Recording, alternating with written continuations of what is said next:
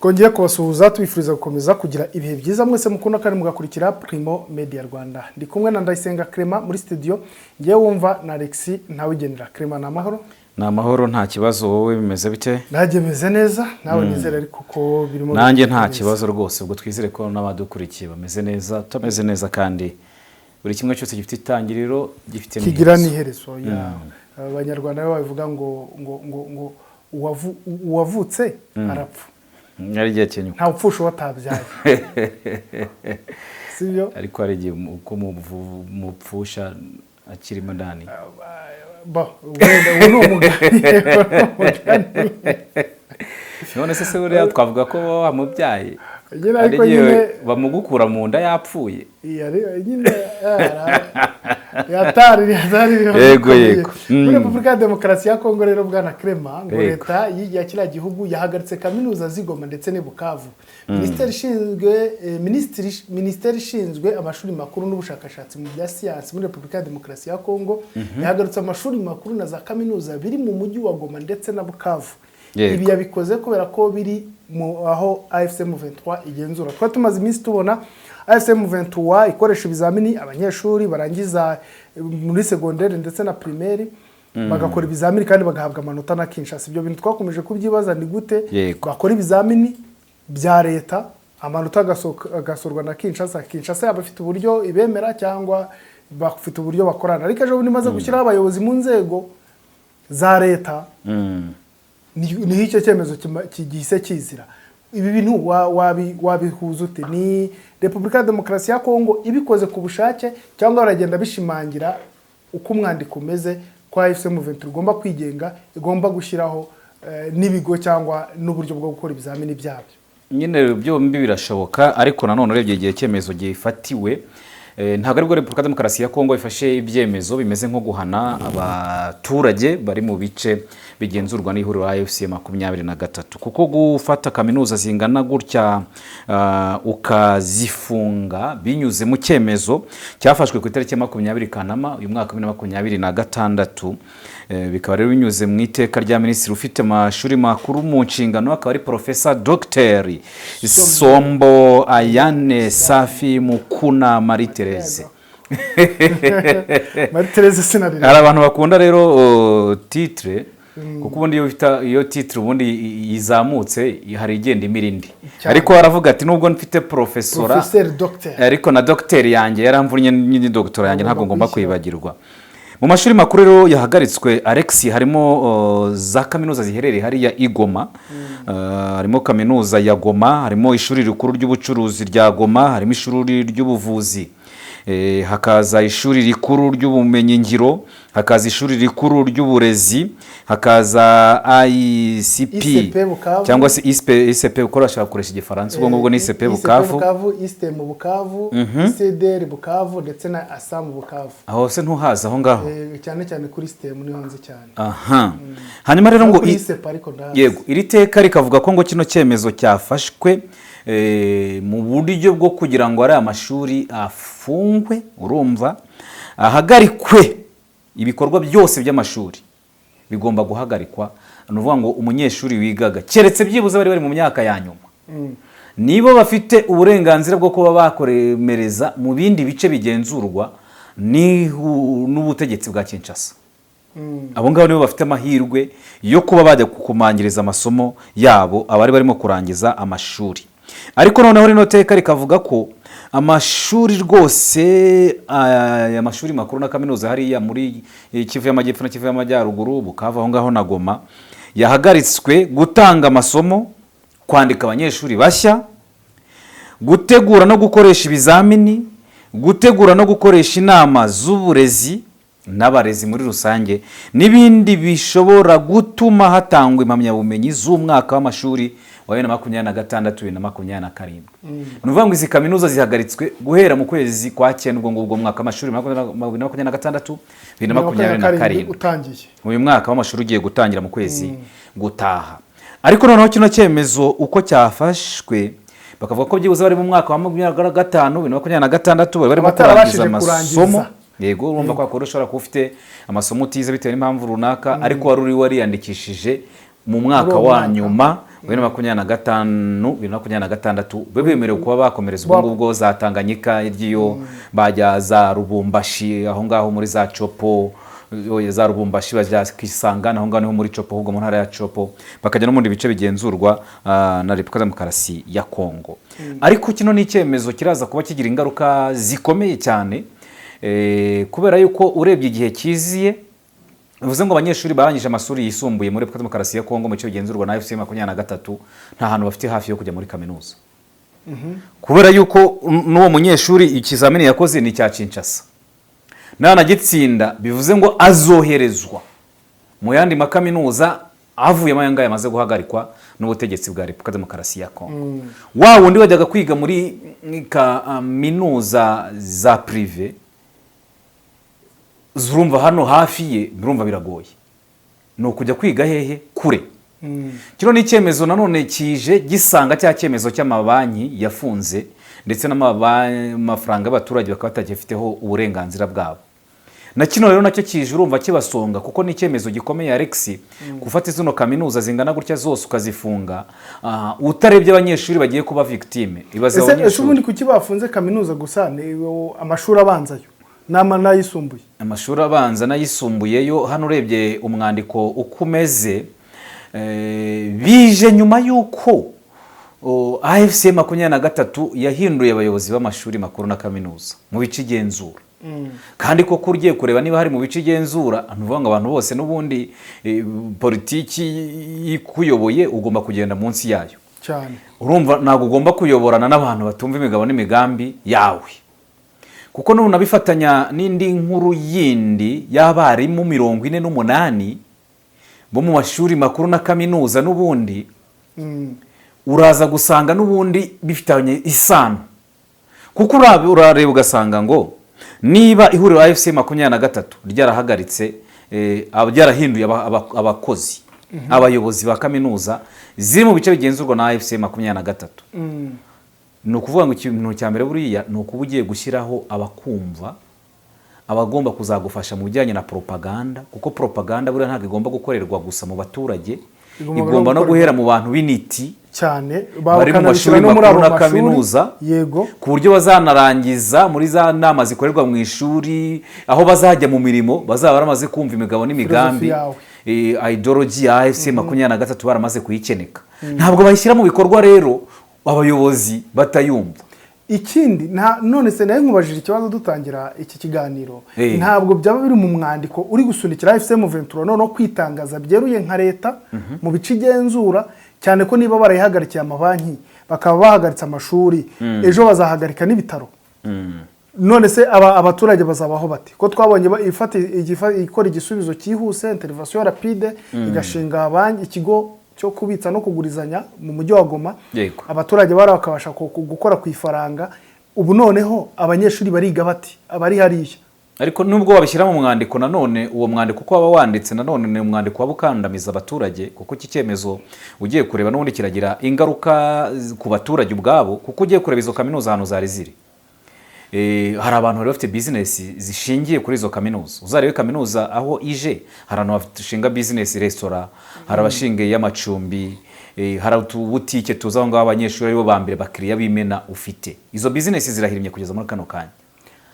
None ugiye kureba nanone icyo cyemezo kindi ugiye kuvuga ngo cy'umwandiko uko waba umeze none se bwo ni ryari AFC 23 izaba yamaze kwigenga muri bino bice bigenzurwa hamaze kuvuka igihugu ku buryo izaba yemewe ku ruhando mpuzamahanga ku buryo n'izi kaminuza n'umunyeshuri wawe arije muri zino kaminuza guhera uyu munsi zahagaritswe n'ubutegetsi bwa Kinshasa ku buryo yarangiza muri iyo kaminuza diplome ye akaba yayijyana ku isoko mpuzamahanga ikaba valide. Icyo nangiye kuvuga ubu nibyo ntabwo byagira n'ingaruka ku banyeshuri bazava muri ibi bice bigenzurwa na FCM 23 bajya mu gice cya Kinshasa dore ko iyo bagezeyo babafata nk'amaneko za FCM 23.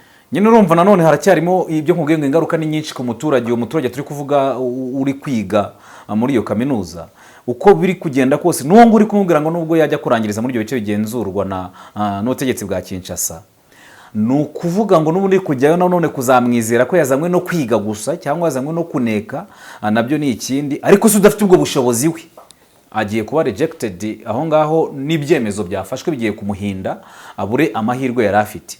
Ni ukuvuga ngo ibi ngibi biri gufatwa yego bibaye biri no mu mwandiko, uno si umwandiko ntiwanaba ntuwushyireho ko kaminuza zigomba gufungwa kandi noneho umwandiko ugashyirwa mu bikorwa, kubera ko urimo urareba kino ni icyemezo gifite ingaruka zikomeye cyane. Urebye zino kaminuza umubare wazo, ukareba n'abanyeshuri bazigagamo, ukareba bose bari bafite bizinesi aho ngaho around, ukareba abarimu bigisha n'abakozi, tubara abakozi bose muri rusange bizo kaminuza bakoragamo aho ngaho muri rusange. Ni ibintu bikomeye cyane. Kabone nubwo AFC 23 yakomeza, kuko AFC 23 ifite ubushobozi nubwo zahagaritse bwo guhemba aba bakozi, ifite ubushobozi bwo ko zakomeza, ariko se zirakomeza iki? Umuntu ajya kwigira cya mbere ni urupapuro. Icyo byaba bivuze noneho rero mu gihe bakomeza bakiga muri ziriya kaminuza abakozi uravuze uti twebwe barazihagaritse, ariko twebwe n'ubundi abo ngabo mubareke n'ubundi barimo baratinya. Ese undi bagabaga kuri payroll ya leta, abakozi bakoragamo hari muri ya kaminuza bo bari kiri kuri payroll ya leta, ariko mu mashuri abanza n'ayisumbuye bari kuri payroll ya AFC 23, n'ababaganga urabizi ko bari kuri payroll ya AFC 23. Ntabwo yari kuba yaba yarashyizeho amafaranga umushahara ku basirikare, umushahara w'umusirikare muto wa AFC 23 arahembwa amadolari 100. Ntabwo rero nayo guhemba uwo mwarimu uzagufasha mu impinduramatwara no gucengeza ingengabitekerezo yawe yabura amafaranga yo kumuhemba. Birashoboka ko AFC 23 ishobora gukomeza zino kaminuza, ariko imbogamizi zaba ihari nuko wawe uri kwiga uvuga ngo ndigira gukora mu ntara ebyiri, urigira nyine gukora mu bice bigenzurwa na AFC 23, kuko iyo diplome nanone yaba ari yo gukoresha muri ibyo bice bigenzurwa nande na AFC 23, ariko utayijyana Tanganyika, utayijyana Chopo, utayijyana mu bindi bice bindi turi muri bya bice bindi bigenzurwa n'ubutegetsi bwa Kinshasa ngo ihabwe agaciro. Ariko nanone urumva ingaruka zo ni nyinshi, ariko nanone wakwibaza ngo umunyeshuri yabigizemo uruhe ruhare, kuko ntabwo ari we watumye ibi byose bijya kuba, ntabwo ari we watumye AFC 23 ihindura ubuyobozi bw'izo kaminuza, kuko icyo cyemezo cyo guhindura ubuyobozi bwa kaminuza ngo kiri mu byemezo byababaje cyane ubutegetsi bwa Kinshasa, bituma bafata icyo cyemezo. Aho minisitiri mu itangazo rye yavuze ko ngo imiterere y'umutekano ngo iteye impungenge mu mujyi wa Goma na Bukavu, n'ingaruka ishobora kugira ku mikorere isanzwe n'ibigo by'amashuri makuru. Ariko ibi ngibi ni ukubeshya. None si imikorere y'umutekano ni iki hariya? Umwaka kushize AFC 23 cyangwa se tubereye 23 igenzura Kivu y'Amajyaruguru na Kivu y'Amajyepfo, ubu nibwo babonye ko hari umutekano uteye impungenge neza ku buryo byagira ingaruka kuri aya mashuri makuru. Nibwo babibonye byarahahoze. Ahubwo ibi ngibi barabihuza na cya cyemezo cyafashwe na AFC 23 ihita ihindura abayobozi b'amakuru w'amashuri, hanyuma birakaza ubutegetsi bwa Kinshasa bahita bahutiraho kino cyemezo cyo kuvuga tuti namwe mwafashe kera cyemezo natwe turabafite, reka tubakandire ahangaha. Kubera ko minisiteri yasabye abakozi b'amashuri makuru n'abanyeshuri ngo kubahiriza amabwiriza yo guhagarika ibikorwa muri iki gihe, mu gihe ngo bategereje ko hashyirwaho uburyo bwo gukurikirana uko umutekano uhagaze kugira ngo hafatwe izindi ngamba. Uzakurikirana ko umutekano uhagaze mu bice utagenzura, mu bice udafite? Ni ikibazo. Urumva ko ugiye kubihuza ubwabyo ari ukuvuga ngo hagaritse ibyo bintu kubw'impamvu z'umutekano, wahita uhagarika amashuri yose. Birumvikana n'ubundi. Ariko noneho hano mu mashuri makuru urumva aho bishingiye, biraza gushingira kuri kwa kutumvikana kuri byemezo byafashwe n'ihuriro AFC 23. Ariko nubwo Minisitiri Isombo atabikomojeho nyine ibyo ngibyo ngo abivuge mu itangazo, kandi ntabwo ajya kubivuga, hari ibintu bijya mu rwandiko n'impamvu zijya mu rwandiko akenshi usanga ziba zihabanye n'izasigaye nyuma y'amarito. Icyemezo rero cyo gufata bari abakozi bagahindurwa, AFC 23 igashyiraho abayumva bagomba kuyifasha no gucengeza ubutumwa bwayo, nibyo byababaje ubutegetsi bwa Kinshasa. Ariko nyuma y'uko kino cyemezo gifashwe kikanatangazwa, hari cyo iri huriro AFC 23 n'ubundi ryavuze, kuko umuyobozi wungirije w'ihuriro AFC 23 ushinzwe ibikorwa bya politike, diplomasi n'imiyoborere yitwa Bertrand Bisimwa ariko ni nahari iwabo si ni Bukavu se hariya n'ubundi yatangaje ko icyemezo kigaragaza uburyo leta ya RDC iri kugerageza gukoresha ngo uburezi nk'igikoresho cy'intambara. Ahise avuga ngo ni gute noneho uburezi bugiye kuba igikoresho cy'intambara, kuko urimo uravuga ngo urafunga amashuri kubw'impamvu z'umutekano. Wagombye kuvuga ngo nyuma y'uko hari abanyeshuri baguye mu mirwano bakaba inzirakarengane y'ibitero byabaye wenda mu mujyi wa Goma no mu mujyi wa Bukavu, kandi aho turi kuvuga Bukavu na Goma nta mirwano ihari, nta bitero bihari. Ibitero bihari biheruka ni bya drone biheruka i Goma mu kwezi kwa kabiri ku itariki 14 byahitanye wa Mufaransakazi Karine Bouete wari gukorera ishami ry'umuryango w'abibumbye ryita ku burezi UNICEF ku bana ku burezi ni UNESCO. Hanyuma rero kuva icyo gihe nta bindi bitero twigize tubona. Mu kwezi kwa kabiri turi mu kwezi kwa 8, nta ku munsi amakuru yose ajya hagaragara, ntago yigize agaragaza ko muri Bukavu suherwa kuba imirwano ryari Bukavu kuva yafatwa mu kwa kabiri ko mwaka ushize, hashize umwaka n'igice. Ibi ngibi rero ubona yuko aho bishingiye nyine ntabwo bishingiye kuri ziriya mpamvu bashyize mu itangazo. Aho bishingiye kuri zino mpamvu za politiki ndetse no kutumvikana hagati y'ihuriro AFC 23 kuri no byemezo ndetse n'ubutegetsi bwa Kinshasa, kandi n'ubundi ntago bakumvikana ko bateranya imigongo.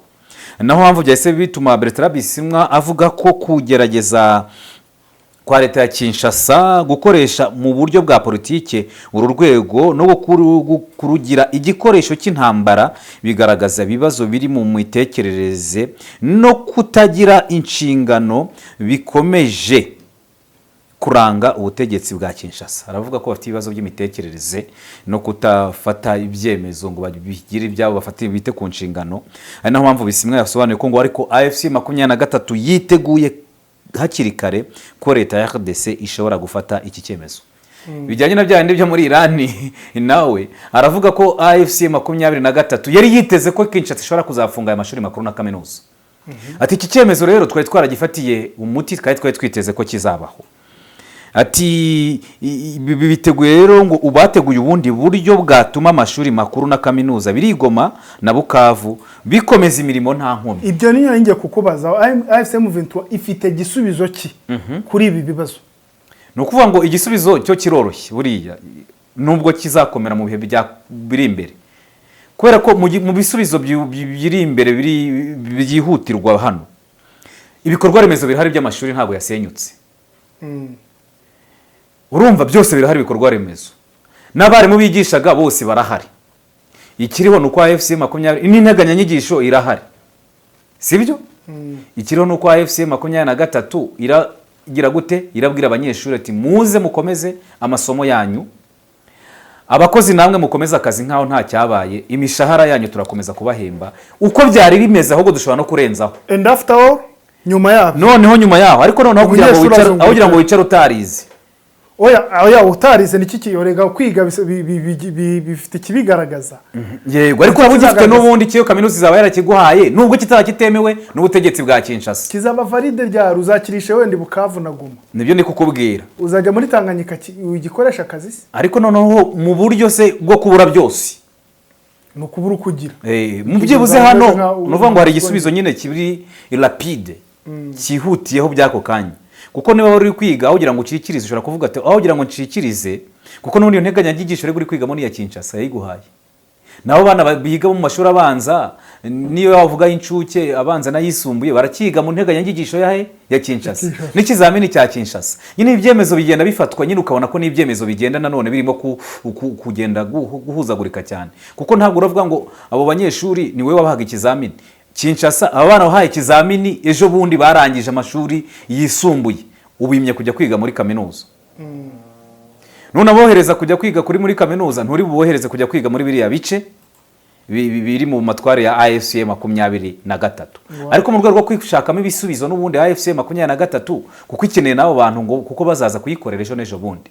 None Alex umuntu wari we wamwigishije akaba ari wo muhana diplome, akaba ari nawe ugiye no kumuha akazi, muri icyo gihe byaba bitwaye iki?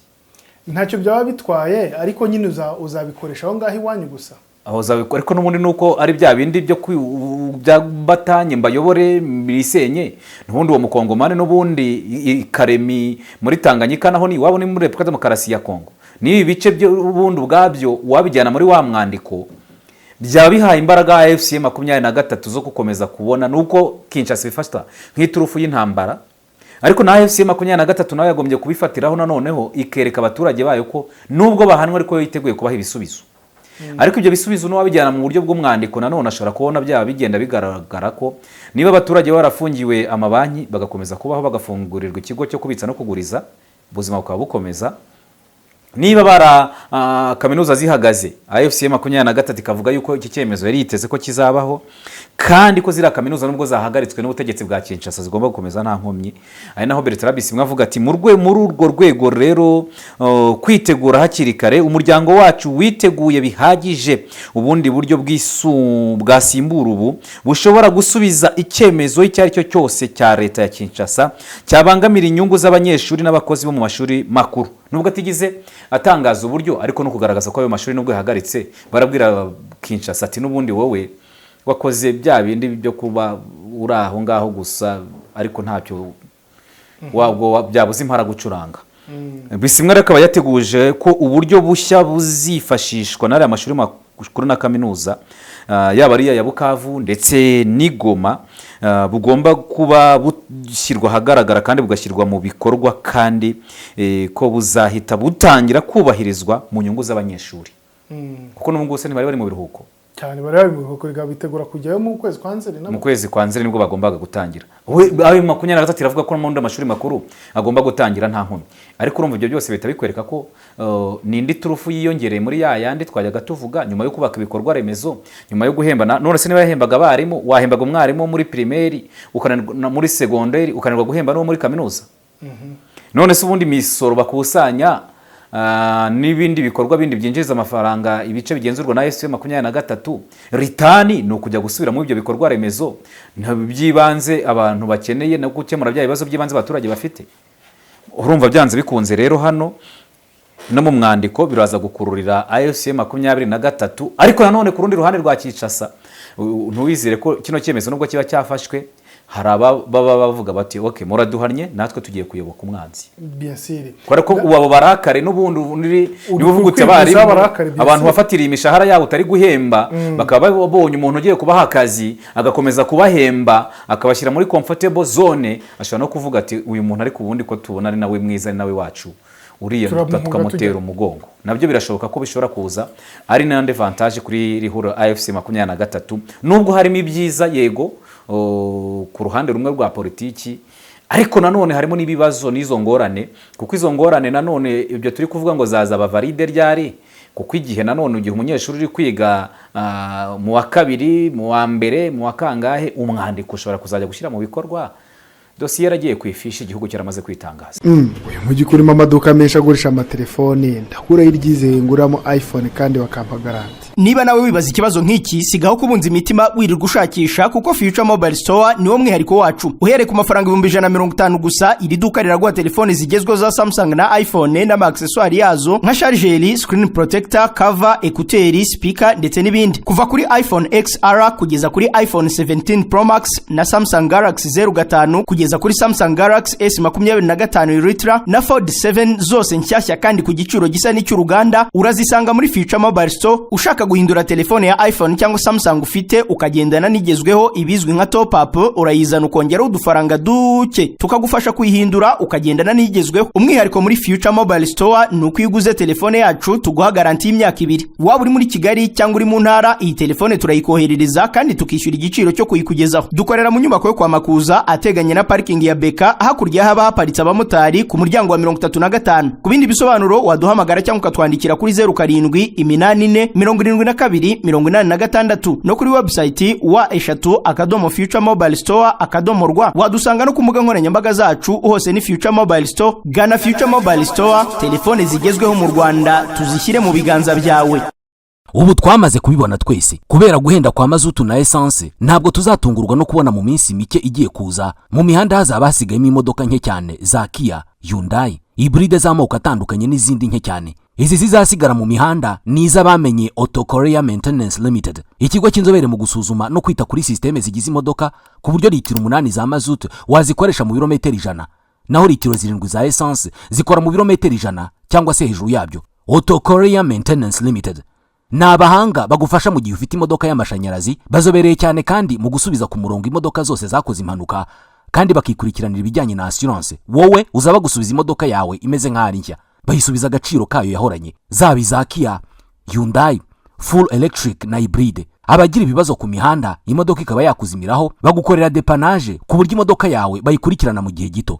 Abafite imodoka zikoresha mazutu, muri Auto Korea Maintenance Limited bazikorera maintenance bakoresheje imashini zabugenewe, batiriwe bafungura imodoka, ubundi imodoka igatangira kunywa bike cyane. Ibi igiciro cy'ibikomoka kuri petrol kirabidutegeka twese. Ni n'abahanga cyane mu gusuzuma no gukora neza imodoka z'amashanyarazi. Abarimo kuzigura ntimugire impungenge, ni mubagane ku mashami yabo i Gikondo mu mujyi wa Kigali n'i Nyamata mu Bugesera. Bahamagare cyangwa bandikire kuri 07 86 20 60 Auto Korea Maintenance Limited niyo makiriro imodoka zacu zisigaranye. Yego mubo rero ASM 23 ishobora kunguka muri iyi minsi harimo abakozi 48 nyine ba kaminuza bakekwaho gukora na ASM 23. Repubulika ya Demokarasi ya Kongo leta yahagaritse imishahara yabo. Abakozi rero nkuko itangazo ryasowe ku itariki ya 21 z'uku kwezi risohoye nyine n'ura mu ministry twavuze, guverinoma ya Repubulika ya Demokarasi ya Kongo yategetse guhagarika akakanya imishahara y'abakozi 48 yo mu rwego rw'amashuri makuru, kaminuza, ubushakashatsi n'ubuvuzi. Bashinjwa kuba barinjiye mu ihuriro rya Fleuve Alliance Congo, Alliance Fleuve Congo, ngo nyine ASM 23, kuriyoboka cyangwa se kwemera gukora imirimo bashinzwe n'ubuyobozi bwacyo. Wise ubyumva ibyo nakubwiraga mu kanya, wise wumva hano ruzingiye, ahubwo amaho ngaho niho bahise birega. Baravuga ko ari kubwo impamvu z'umutekano, ni impungenge z'umutekano muri rya tangazo rya mbere ryo guhagarika kaminuza. Yego, ariko mu itangazo rya kabiri ryo guhagarika abari gufatira imishahara y'abarimu 48, ukavuga ko abarimu bafatiriwe imishahara bayobotse ihuriro AFCM 23, wemera n'inshingano, baranura gukorana. Bondi bashinjwe ibintu nka bitatu. Icyambere kwinjira muri AFCM 23, kuriyoboka, no kwemera imirimo bahawe n'ubuyobozi bwaryo. Ariko urundi buriya harimo kimwe, ibyo byose nubwo bigize bitatu bikubiye muri kiriya cyambere. Wemeye kwinjira, urayoboka, unakora imirimo nyine. Ariko urumva bo bagiye babitubura, ariko kwemera kwinjira gusa. Ariko noneho kibaza ubwabyo nibyo babashinja, uhita bikoreka nyine bya bindi uburenganzira ubwabyo. None ukibaza ngo ubundi umuntu ntabwo afite uburenganzira bwo gukora icyo ashaka, kuko baravuga ati wenda agiye mu mutwe witwara gisirikare, mutwe witwaje intwaro, mutwe wateye igihugu, yego. Ariko noneho uraza kureba umuturage we araba victime, kuko hari n'umuntu ujyamo hariya byo kusigasira imbehe ngo itubama. Bien sûr. Ndanonara umwari wo muri kaminuza, ndo umuyobozi muri kaminuza, nintemera ibyiri huriro AFCM 23 riri kunsaba imbehe yangira ubama. Ariko kugira ngo mpfi uyu munsi nshora kuzapfesho cyangwa ejo bundi nkikomereza akazi n'umuri nta cyabaye, ibyo bansaba nkabikora. None se niba ubundi umwarimu wa kaminuza zo zose twarondoye haruguru, niba abona wari perezida wa Repubulika ya Demokarasi ya Kongo, wenda ushobora kuba waramuhaye n'izo nshingano zo kujya muri kaminuza, kuko uzasanga benshi mu barimu muri kaminuza barambamo. Buriya mwarimu muri kaminuza ashobora gukurwamo n'urupfu cyangwa se ikiruhuko kizabukuru. Ushobora gusanga hari n'abarimu baho ngaho muri ayo mashuri makuru na kaminuza, hari abayobozi bakuru aho ngaho bagiye muri izo nshingano ku ngoma ya Joseph Kabila Kabange. Niba Joseph Kabila Kabange bagiye muri izo nshingano ku ngoma ye, cyangwa se bagiye mu buyobozi ku ngoma yari ubashyize ku buyobozi bw'izo kaminuza, bakaba bari kumwe uyu munsi, bakaba nawe bamubona ari mu bantu bayobotse AFCM 23, ubundi bo ni bande bo kwanga kuyoboka? Nizo kujya gukora izo ayo masomo y'impinduramatwara, kujya kwiga iyo migabo n'imigambi, barajyana bose. Izo kadaship zose baba bari kumwe. None se urambwira ngo ubundi uwo mwarimu wigoma niyanga kuyoboka AFCM 23 arayoboka nde? Niyanga gukorana na AFCM 23 maze umwaka n'amezi 6 igenzura aho ngaho atuye, ari naho akorera, arayoboka nde? Ntabwo wabonye se Eritiye Ruvumbu ibyo yemerewe nuko ari kurira yo kwarika? ntabwo wabibonye ibyo byemerewe n'ubutegetsi bwa Kinshasa ko byabaye amasigara cyicaro. Ni ukuvuga ngo ubwabyo muri ibi bijyanye n'ibibazo by'umutekano muke mu bijyanye n'intambara, ubwabyo abaturage babagomba kuba inzirakarengane. Reka n'umwarimu turi kuvuga n'umuturage, n'uwo munyeshuri turi kuvuga n'umuturage. Inzirakarengane ni ukuvuga ngo uraza ubwabyo hari ahantu mu bibazo by'umutekano muke biba bigoraniye. Haza uruhande rw'ingabo za leta FARDC rukakubwira ruti dore wewe muri kano gace wayobotse AFC 23 ugahita uba inzirakarengane. AFC 23 nanone niza muri ka gace kagenzurwa n'ihuriro ry'ingabo za leta nuko rero yakubwira ati nawe dore wayobotse umwanzi. Ni ukuvuga ngo iteka rero mu bihe by'umutekano muke n'intambara ugomba kumenya ko bimera nka wa mugani ngo aho inzovu zirwaniye ibyatsi nibyo biharabarira.